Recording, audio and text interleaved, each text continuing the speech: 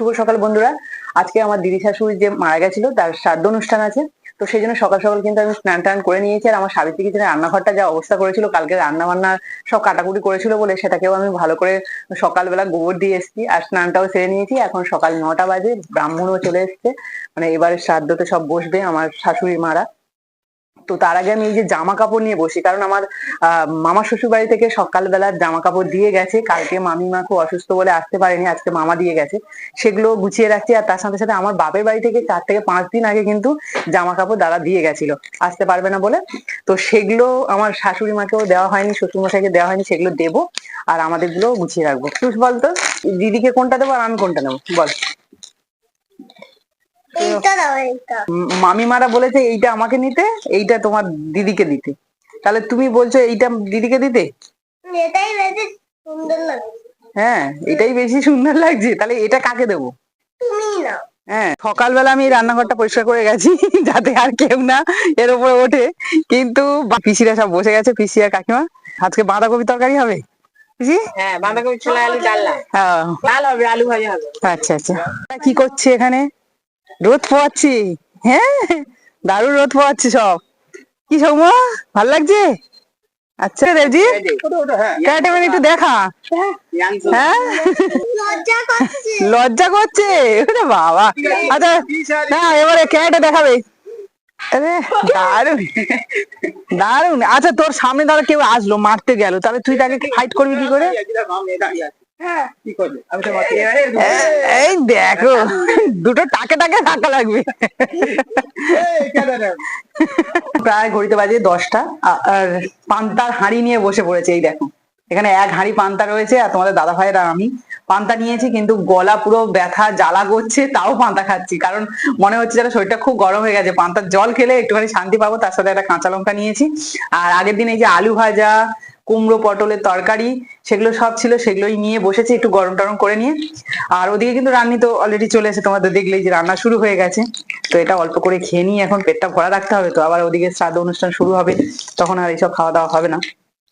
তো চলো এখন খেয়ে নি। আমার আচার গুলো এই তো লঙ্কার আচার আর আমের আচার, দুটোই কিন্তু তেলের আচার, কিন্তু মুড়ির সাথে দারুণ লাগে খেতে। তাহলে আর একটা বড় গামলাতে মাখালে ভালো হতো। পান্তা টান্তা খেয়ে এই যে এখানে মারা সবজি কাটছে, তাই চলে এসেছি। আর কাকা কিন্তু এই যে মশলা মুড়ি করে সেটা সবাইকে ডিস্ট্রিবিউট করছে। হেভি হয়েছে, এখনো বাকি আছে।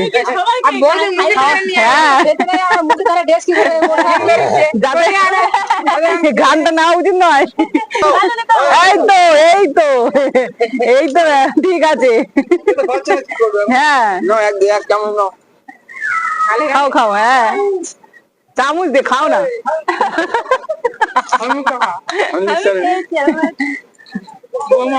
আমি পান্তা খেয়েছি গো। ঠাকমার এখানে মোয়া সন্দেশ দিয়ে শর্মিষ্ঠার আমি এইগুলো নিয়ে এসেছি, আর সেগুলো দিয়ে সাজানো হয়েছে। আর ফুলটা এই যে দিয়ে ঠাকমাকে কিন্তু সুন্দর করে সাজানো হয়েছে, চন্দন এখানে ফোঁটাও দিয়েছি। আর ওদিকে কিন্তু কি শ্রাদ্ধের জন্য সমস্ত কিছু এই যে গোছানো চলছে। ব্রাহ্মণ মশাই এসছে, যেখানে গেছে সেখানে যেন শান্তিতে থাকে, আনন্দে থাকে, সেই জন্য, বুঝেছো? এই যে আজকে কিন্তু সবাই প্রথম ব্যাচে, এই যে বাচ্চারা সব বসে গেছে। তো এদিকে খাওয়া দাওয়া দেওয়া হয়ে গেছে অলরেডি। এই যে ভাত, ডাল, আর এখানে এই যে ফ্রেঞ্চ ফ্রাই, আর এখানে রয়েছে কপির তরকারি। আজকে নিরামিষ লাস্ট। আজকে কিন্তু সবাই খাবে, মানে শ্রাদ্ধ অনুষ্ঠান হয়ে গেলে বাবা মারাও সবাই খাবে আজকে, তো এই জন্য বেশি করে বানানো হয়েছে আজকে। আচ্ছা, এটা কি হবে? এই মাছটা দিতে হবে ওখানে। আচ্ছা আচ্ছা, শ্রাদ্ধতে লাগবে। হ্যাঁ, শ্রাদ্ধে লাগবে, বললো কেটে লবণ হলুদ মাখিয়ে আর নিয়ে যাবে। আচ্ছা, ভেজে নয়, এমনি কাঁচা কাঁচা লাগবে। আচ্ছা আচ্ছা।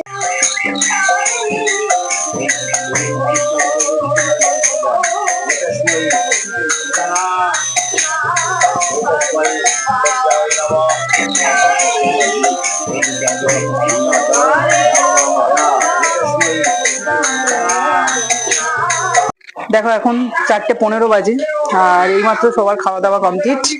আর এই যে যেগুলো বেশি হয়েছে আমাদের এই বারান্দায় রাখা হচ্ছে, এই যে আলু ভাজা, এদিকে ডাল, ওদিকে কিন্তু ভাত, এগুলো সব বেশি আছে। এগুলো আবার রাতে খাওয়া দাওয়া হবে। বাইরে কিন্তু প্রায় অন্ধকার মতো হয়ে এসছে। আর ওই যে বাঁধাকপি তরকারিটা মনে হয় নিয়ে আসছে সবাই। বাচ্চারা এখন ঘুরঘুর করছে, খুব মজা হচ্ছে। ওরা একদিন ছুটিও পেয়েছে, সবাই মজাও করতে পারছে। আর কালকে রান্নার জন্য কিন্তু এগুলো সব চলে এসছে।